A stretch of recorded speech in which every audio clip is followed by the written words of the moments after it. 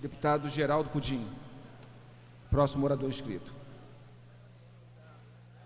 E eu gostaria de dar as boas-vindas também aos alunos do CIEP Brizolão 143, professor Álvaro Augusto da Fonseca Lontra, de Miracema. Sejam bem-vindos a essa Casa de Leis. Deputado, Vossa Excelência dispõe de 10 minutos pelo tempo regimental. Senhor presidente, senhoras e senhores deputados, o que me traz à tribuna nessa tarde é para falar sobre a polícia política do governador Sérgio Cabral e os enganos propositais de um delegado. O delegado de Polícia Civil do Rio de Janeiro, Rochester Marreiros, se empenhou para provar que o auxiliar de pedreiro Amarildo teria ligação com traficantes da Rocinha, mas não é a primeira vez que o delegado vai contra a opinião pública para proteger o que paga o seu salário, quem paga o seu salário. Caso número 1, senhor presidente, o desaparecimento da chinesa. Quando a chinesa Yigu desapareceu em julho de 2008, o então titular da Delegacia de Homicídios da Baixada Fluminense, Rochester Marreiros, saiu imediatamente em defesa dos policiais que trabalhavam sob seu comando.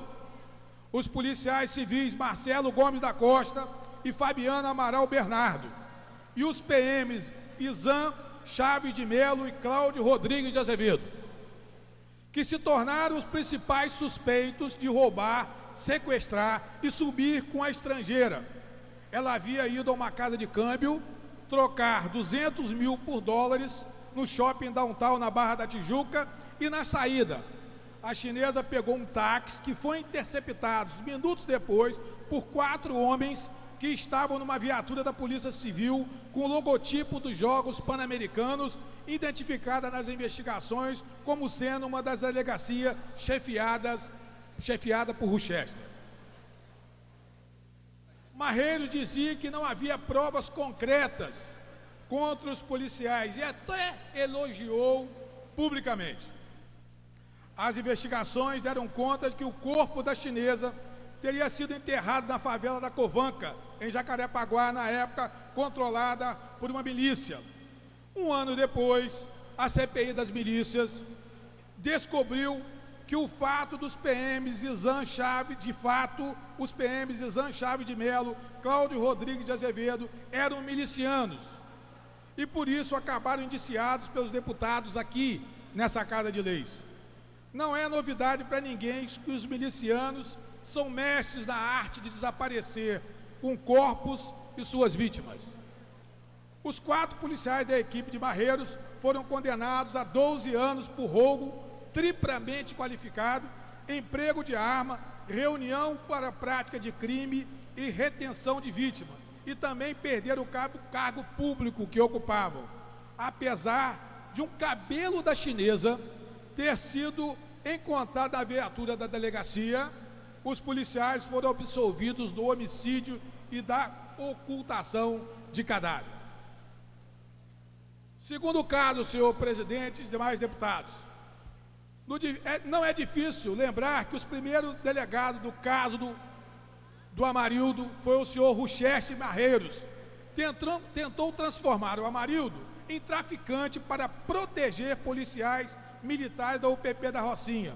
Foi até desmentido publicamente pelo delegado titular Orlando Zacconi. Isso saiu em todos os jornais. A reconstituição do crime só ocorreu 39 dias depois. E a gente tem aqui, senhor presidente, as matérias que comprovam tudo que nós estamos falando. Quem ajudou nessa empreitada de proteger os policiais da UPP da Rocinha foi um homem de confiança do Rochester, o inspetor de Polícia Civil, Walter Peter dos Santos da Silva, que também é seu primo.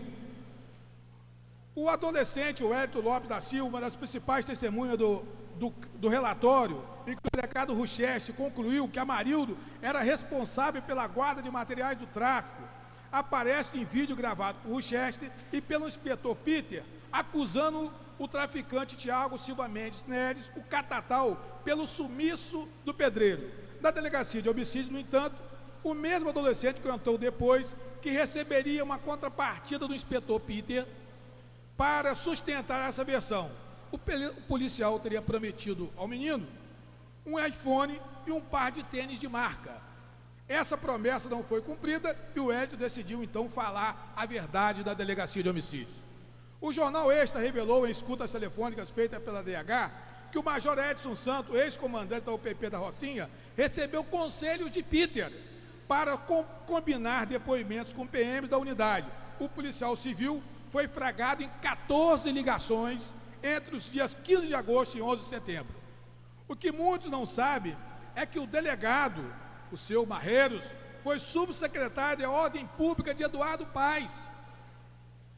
E o inspetor Peter, seu coordenador de integração operacional, eram da turma do delegado Carlos Oliveira, que cuidava das operações de ordem pública e acabou preso pela Polícia Federal na Operação Guilhotina.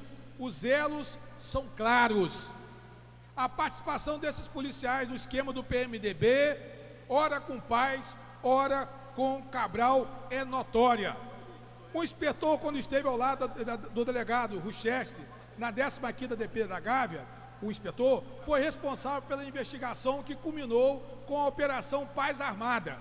Depois de inventarem tudo para proteger os PMs torturadores de Amarildo, os dois, como corda e caçamba, foram transferidos para a Delegacia de Repressão a Crimes de Informática, a DRCI. Agora, com a instauração do procedimento administrativo disciplinar, o PAD, contra Ruchester, na CGU, cujo boletim interno, número 202, de 25 de 10 de 2003, o delegado foi transferido para a 12ª DEAC, acervo cartorário da Delegacia de Paracambi, Belford Roxo e Queimados. Por incrível que possa parecer, não há qualquer procedimento disciplinar instaurado contra o inspetor Peter, que atualmente está em plena atividade na 79ª DP Jurubatiba, em Niterói. Jurujuba, em Niterói. A passagem na DRCI. O delegado Rucheste já havia sido escolhido em julho de 2013 para integrar a comissão especial criada por Cabral para perseguir pessoas envolvidas nas manifestações que tomaram conta do Rio de Janeiro. A escolha de Rucheste levou em conta sua lealdade canina às orientações do governo para blindar a imagem do governador e atingir seus adversários políticos. Coincidentemente, no curto período em que ficou na DRCI, surgiram as denúncias absurdas acusando membros do PR de envolvimento com atos de vandalismo.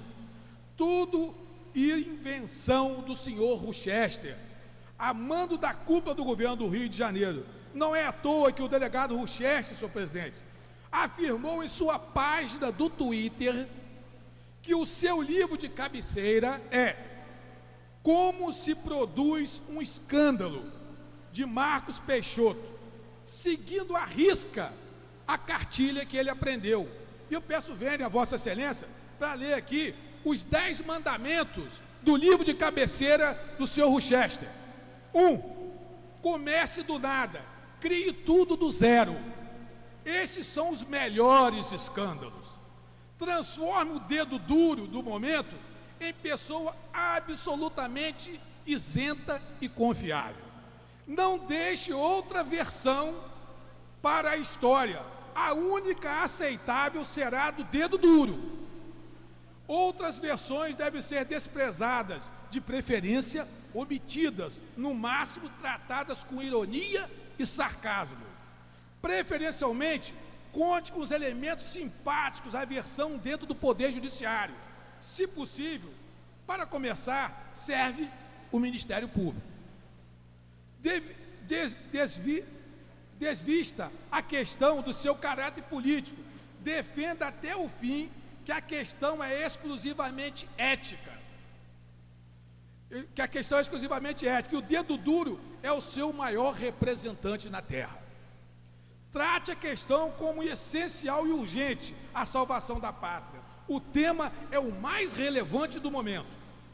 Os apresentadores, quando o tema se referirem na TV, deve fazer o ar de tristonhos e desagrado e de leve repressão.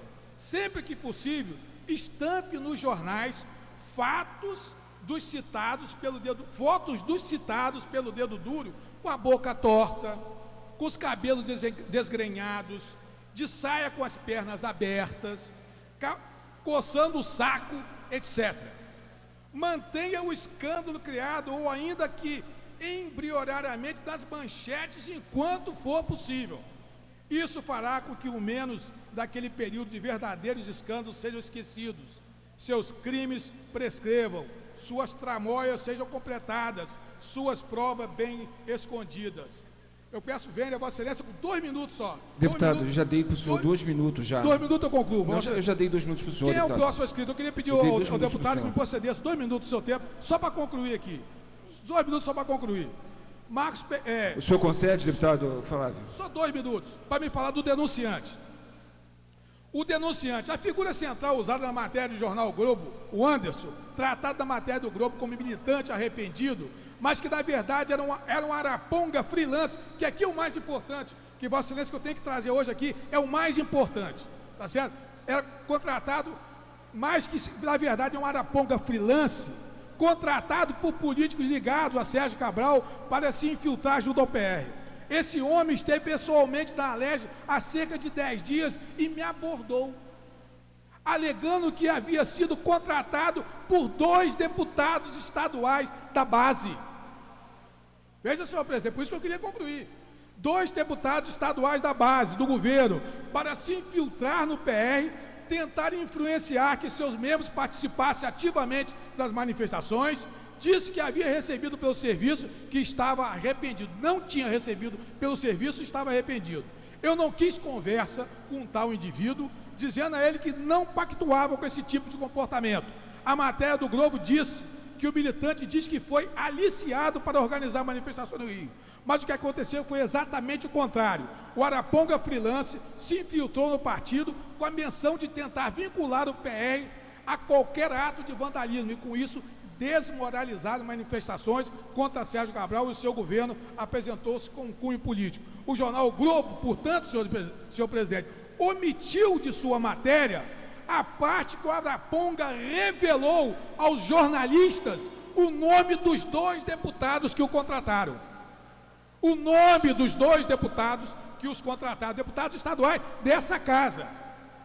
Por que será? Para piorar, no dia de ontem, o denunciante esteve na Polícia Civil para revelar os nomes dos políticos que contrataram para ele se infiltrar no PR, mas os policiais se recusaram a colher o depoimento, pois sabiam que ia envolver o governo, o atual governo. Deputado, para concluir, que já dei, senhor, já vale 2 minutos, o deputado Flávio já deu mais 2. Só para lembrar que eu já havia denunciado toda essa falcatrua, toda essa arapongagem, e o que me assusta agora, senhor presidente, é que ele diz que tem 2 deputados que o contrataram e que não pagaram a ele pelo serviço. Isso é um caso muito sério. Eu vou colocar no nosso blog, vou colocar daqui a pouco, e queria a autorização de Vossa Excelência, para que pudesse ser transcrito todo o nosso material das denúncias desse desgovernador, bandido Sérgio Cabral, que fosse transcrito na ata dessa casa. Concedido. Obrigado, deputado.